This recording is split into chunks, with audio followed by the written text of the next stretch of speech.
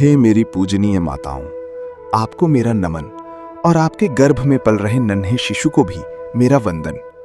माँ, आप केवल एक साधारण स्त्री नहीं हैं, बल्कि स्वयं सृष्टि की वो दिव्य शक्ति हैं जिसके भीतर आने वाला भविष्य आकार ले रहा है। आपकी पावन कोख में पल रहा वो नन्हा जीवन केवल आपका पुत्र या पुत्री नहीं है, बल्कि वो आने वाले समाज, राष्ट्र और संसार का एक महत्वपूर्ण हिस्सा है। इसीलिए गर्भावस्था का प्रत्येक क्षण अत्यंत पवित्र और महत्वपूर्ण माना गया है।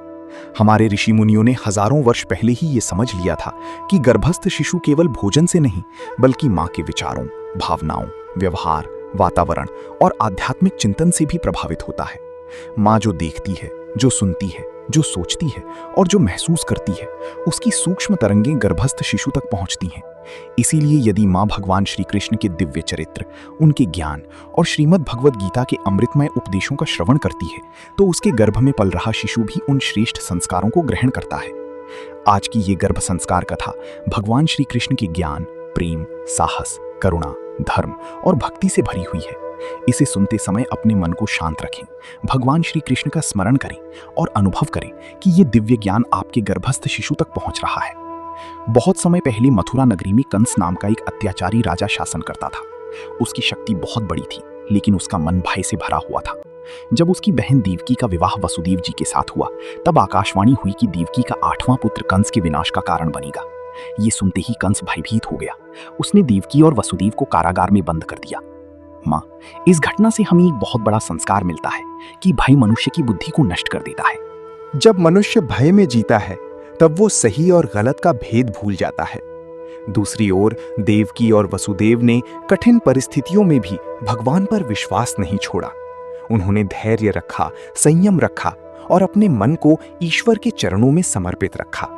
गर्भस्थ शिशु के लिए ये पहला संस्कार है कि जीवन में कितनी भी कठिन परिस्थितियां क्यों ना आए, धैर्य और विश्वास कभी नहीं छोड़ना चाहिए। समय बीतता गया और वो पावन रात आई जब स्वयं भगवान श्री कृष्ण ने देवकी की कोख से जन्म लिया। उस समय कारागार दिव्य प्रकाश से भर गया। देवकी और वसुदेव ने भगवान का दिव्य स्वरूप देखा। उनके हृदय में आनंद की लहर दौड़ गई। भगवान ने उन्हें आदेश दिया कि वे उन्हें गोकुल में नंद बाबा और यशोदा माता के यहाँ पहुंचा दें। आश्चर्य की बात यह हुई कि कारागार के सभी बंधन स्वयं खुल गए। पहरेदार गहरी नींद में सो गए और वसुदेव जी बालक कृष्ण को टोकरी में रखकर यमुना नदी की ओर चल पड़े।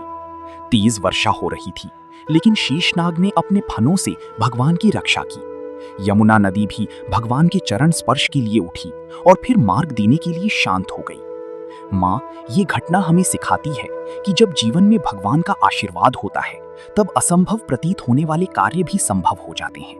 इसलिए कभी भी निराश नहीं होना चाहिए। ईश्वर पर विश्वास रखने वाला व्यक्ति अंततः सफलता प्राप्त करता है। गोकुल में नन्हे कृष्ण धीरे धीरे बड़े होने लगे। उनकी बाल लीलाएं पूरे ब्रज को आनंद से भर देती थी। वे सभी से प्रेम करते थे। गायों से प्रेम, मित्रों से प्रेम, माता पिता से प्रेम और प्रकृति से प्रेम। उनके जीवन का प्रत्येक क्षण प्रेम और आनंद का संदेश देता था। गर्भस्थ शिशु के लिए ये अत्यंत महत्वपूर्ण संस्कार है कि जीवन में प्रेम सबसे बड़ी शक्ति है। धन, पद और शक्ति सीमित हो सकते हैं, लेकिन प्रेम असीमित होता है। जो व्यक्ति प्रेम करना जानता है, वो लोगों के हृदय जीत लेता है।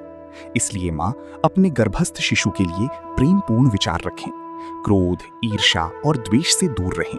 जितना अधिक प्रेम आपके हृदय में होगा, उतनी ही सकारात्मक ऊर्जा आपके शिशु तक पहुंचेगी। एक दिन गोकुल में कालिया नाम का विषैला नाग यमुना नदी में रहने लगा। उसके विष के कारण जल दूषित हो गया था और लोग भयभीत रहने लगे थे।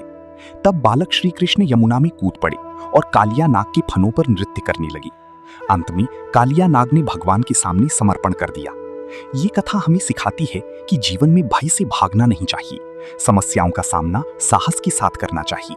गर्भस्थ शिशु के लिए साहस का संस्कार अत्यंत आवश्यक है। जो व्यक्ति साहसी होता है, वो कठिनाइयों से नहीं डरता। वो सत्य और धर्म की मार्ग पर चलता है। इसलिए माँ, अपने शिशु को मन ही मन ये संदेश दे कि वो निर्भीक बने, आत्मविश्वासी बने और जीवन की चुनौतियों का सामना धैर्यपूर्वक करे। एक बार ब्रजवासी इंद्रदेव की पूजा की तैयारी कर रहे थे।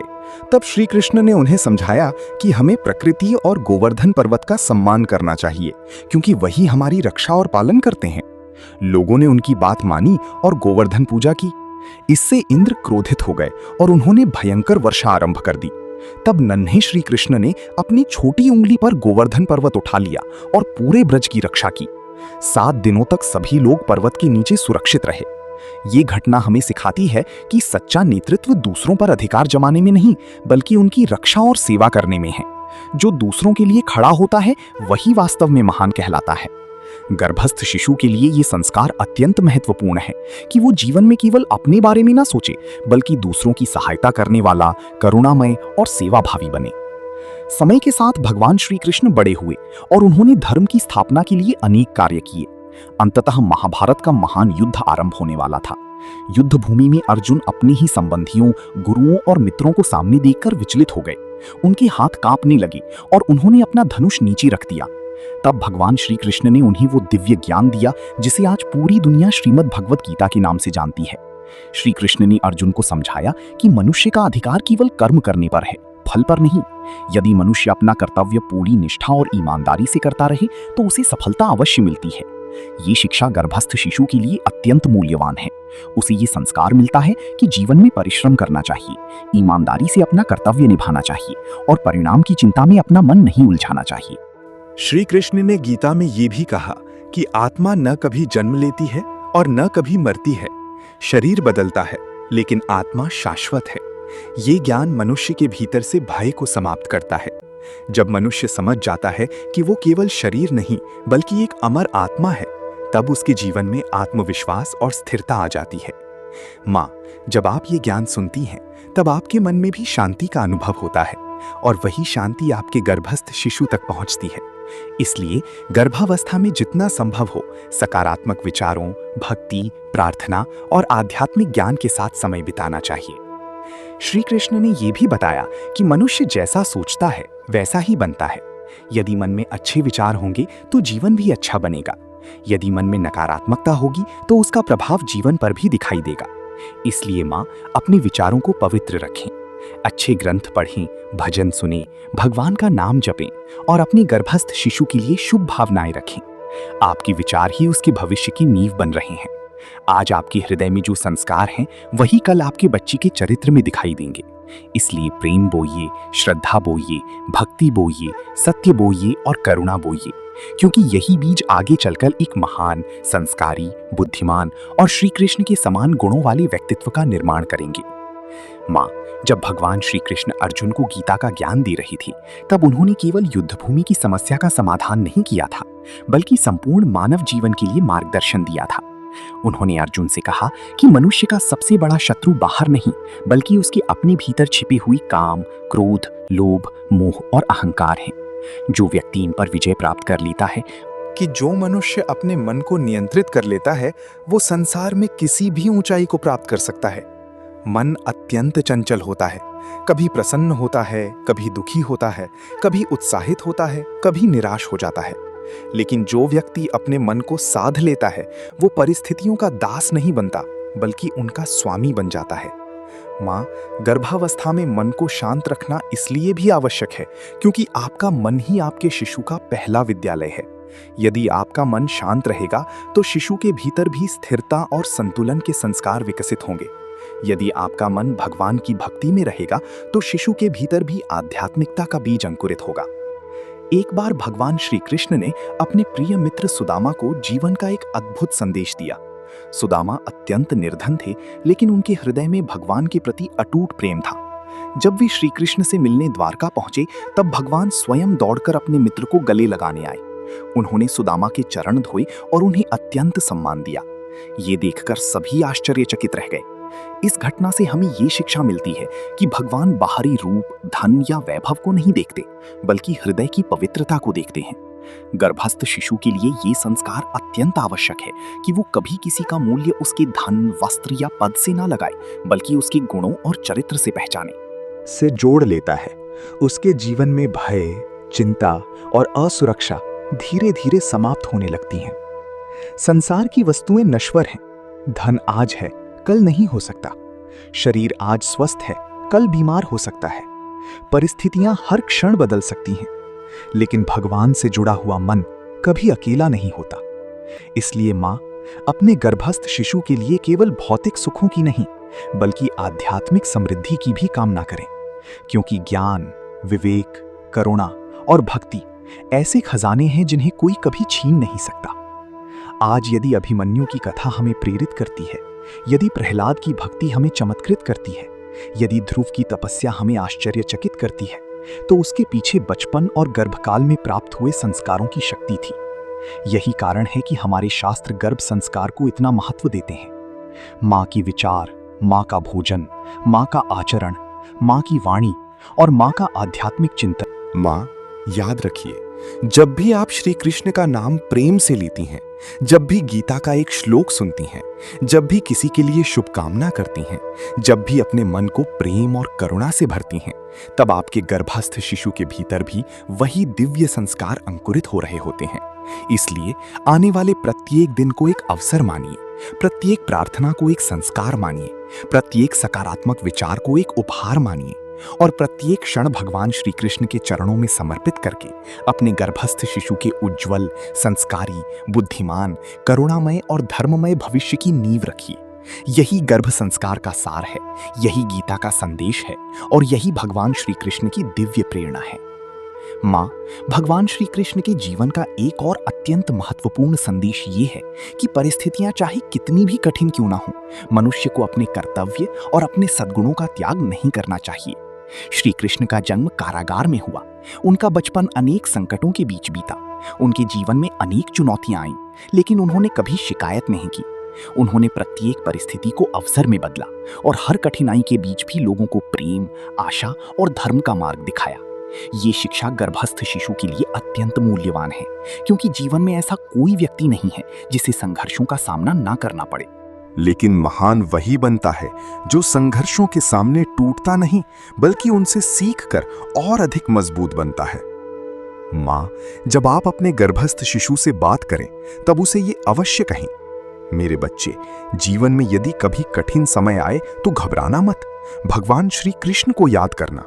याद रखना कि अंधेरी रात के बाद सूर्योदय अवश्य होता है। कठिनाइयां स्थायी नहीं होती, लेकिन उनसे मिलने वाली सीख जीवन भर साथ रहती है। आपके द्वारा बोले गए ये शब्द केवल ध्वनि नहीं है, बल्कि आपके बच्चे के भविष्य के लिए एक अमूल्य धरोहर है। भगवान श्री कृष्ण ने गीता में यह भी कहा कि जो व्यक्ति दूसरों के सुख में सुखी होता है और दूसरों के दुख में दुखी होता है, वही सच्चा मनुष्य है। आज संसार में ज्ञान की कमी नहीं है, लेकिन संवेदनशीलता और करुणा की आवश्यकता पहले से कहीं अधिक है। इसलिए माँ अपने गर्भस्थ शिशु के लिए केवल बुद्धिमत्ता की नहीं, बल्कि करुणा की भी प्रार्थना करे। वो इतना बड़ा बने कि दूसरों की सहायता कर सके, इतना सक्षम बने कि किसी रोते हुए व्यक्ति के चेहरे पर मुस्कान ला सके, और इतना विनम्र बने कि सफलता मिलने पर भी उसके भीतर अहंकार ना आए। भगवान श्री कृष्ण का संपूर्ण जीवन संतुलन का संदेश देता है। वे महान योद्धा भी थे और महान संगीतकार भी। वे नीति के ज्ञाता भी थे और प्रेम के प्रतीक भी। वे राजा भी थे और मित्र भी।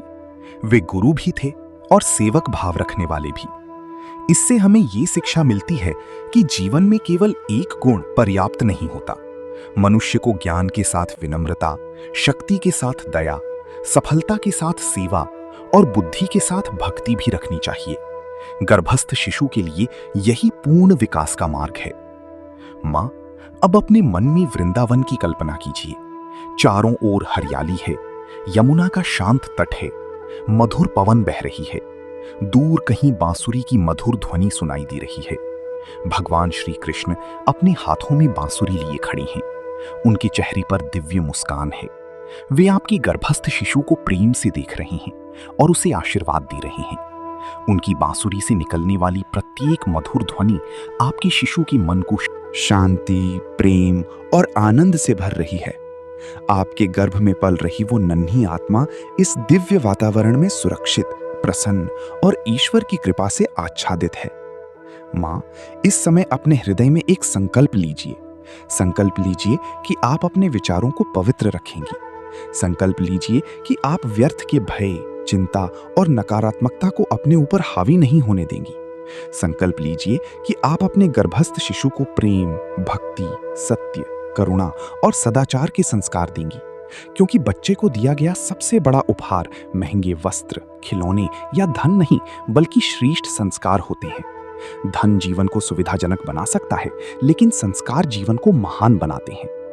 हमारे शास्त्रों में कहा गया है कि एक संस्कारी संतान केवल एक परिवार का नहीं, बल्कि पूरे समाज का कल्याण करती है। एक सद्गुणी व्यक्ति हजारों लोगों के जीवन में प्रकाश फैला सकता है। इसलिए माँ, जब भी आप गीता सुने, जब भी भगवान का नाम लें, जब भी प्रार्थना करें, तब ये भावना रखें कि आप केवल स्वयं के लिए नहीं, बल्कि अपने गर्भस्थ शिशु के उज्जवल भविष्य के लिए ये सब कर रही हैं। आपका हर शुभ विचार उसके व्यक्तित्व में एक नया गुण जोड़ रहा है। आपकी हर प्रार्थना उसके जीवन के मार्ग को प्रकाशित कर रही है। आपकी हर सकारात्मक भावना उसके भीतर आत्मविश्वास, शांति और प्रेम का निर्माण कर रही है। याद रखिए, गर्भ केवल शरीर निर्माण का स्थान नहीं है, बल्कि संस्कार निर्माण का भी स्थान है। यहीं से भविष्य की सोच बनती है, यहीं से चरित्र की नींव रखी जाती है, यहीं से जीवन की दिशा निर्धारित होती है। इसलिए इस पवित्र समय को भगवान श्री कृष्ण के ज्ञान से भर दीजिए, गीता के अमृतमय संदेशों से भर दीजिए, प्रेम, भक्ति और सकारात्मकता से भर दीजिए, और विश्वास रखिए कि आपके गर्भ में पल रहा ये नन्हा जीवन ईश्वर की कृपा से स्वस्थ, बुद्धिमान, संस्कारी, साहसी, करुणामय और धर्मप्रिय बनेगा। माँ, भगवान श्री कृष्ण की कृपा सदैव आप पर और आपके गर्भस्थ शिशु पर बनी रहे। आपके जीवन में शांति हो, आपके मन में आनंद हो, आपके घर में प्रेम हो और आपके गर्भ में पल रहा ये दिव्य जीवन सद्गुणों से परिपूर्ण होकर संसार में अपना प्रकाश फैलाए। यही प्रार्थना है, यही मंगल कामना है और यही गर्भ संस्कार की सच्ची भावना है। माँ, जैसे जैसे गर्भ में शिशु का विकास होता है, वैसे वैसे उसके भीतर चेतना का भी विकास होता है। वो केवल शरीर नहीं बना रहा होता, बल्कि वो आपकी भावनाओं, आपकी प्रेम, आपकी आवाज और आपके संस्कारों से भी जुड़ रहा होता है। यही कारण है कि हमारे ऋषियों ने गर्भावस्था को तपस्या काल कहा है।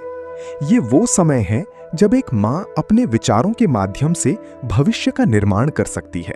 जब आप भगवान श्री कृष्ण का स्मरण करती हैं, जब आप गीता का ज्ञान सुनती हैं, जब आप किसी के लिए शुभकामना करती हैं, तब आपके गर्भस्थ शिशु तक भी वही दिव्य ऊर्जा पहुंचती है। माँ, कल्पना कीजिए कि आपका शिशु इस संसार में जन्म ले चुका है। वो बड़ा हो रहा है।